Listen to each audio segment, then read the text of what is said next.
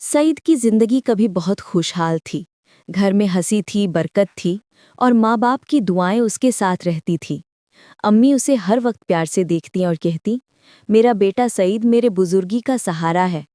अब्बू फख्र से मुस्कुराते, जैसे उनकी सारी खुशियां सईद के आसपास घूम रही हूं। फिर सईद की शादी हुई आयशा से। खूबसूरत थी, मगर उसका दिल पत्थर जैसा सख्त। शादी के पहले ही दिन उसे सईद के माँ बाप बिल्कुल पसंद नहीं आए। जब अम्मी मोहब्बत से चाय देती, आयशा मुंह बनाकर कहती, मैं इनकी नौकर नहीं हूँ। अम्मी चुप हो जाती, उनकी आंखों में सिर्फ दुख भर जाता।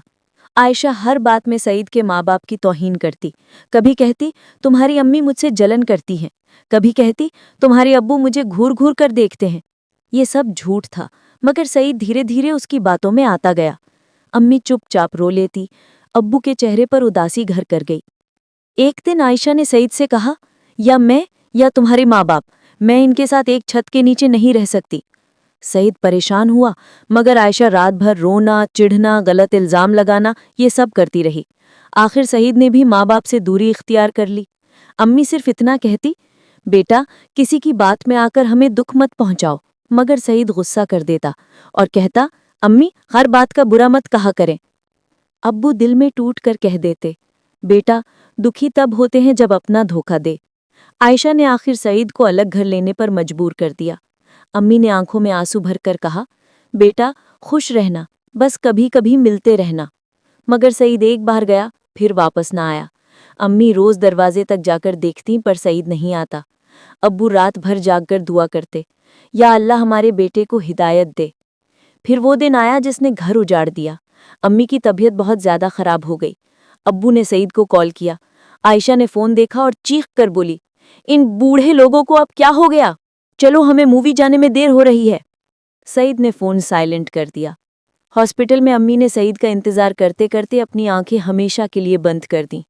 जब सईद हॉस्पिटल पहुंचा, अब्बू ने आंसुओं भरे आवाज में कहा, बेटा तेरी अम्मी ने आखिरी सांस तक तेरा नाम लिया। सईद टूट गया, लेकिन वक्त हाथ से निकल चुका था।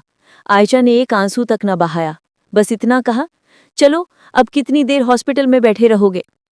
कुछ महीने बाद अब्बू की तबीयत भी खराब हो गई। आखिरी पलों में उन्होंने सईद का हाथ पकड़ा और कहा, बेटा हम कभी बोझ नहीं थे, लेकिन तुमने हमें बोझ समझकर दूर कर दिया। सईद की सांस रुक गई, मगर अब्बू की सांस रुक चुकी थी। आयशा ने एक दिन सईद से कहा, तुम बूढ़े माँ बाप जैसे सोच रखते हो, मैं तुम्हारे जैसा मर्द बर्दाश्त नहीं कर सकती। और वो भी उसे छोड़कर चली गई।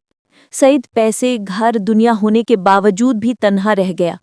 लोग कहते, ये वही सईद है जो कभी बहुत खुशहाल था, फिर बीवी की बातों में आकर अपनी ही जिंदगी उजाड़ बैठा। सईद रोज माँ और बाप की कब्रों पर जाकर रोता, अम्मी अब्बू मुझे माफ कर दे, मैंने आप लोगों को तन्हा छोड़ दिया, मैंने बहुत गलती की। मगर कब्रों से कभी कोई जवाब नहीं आता।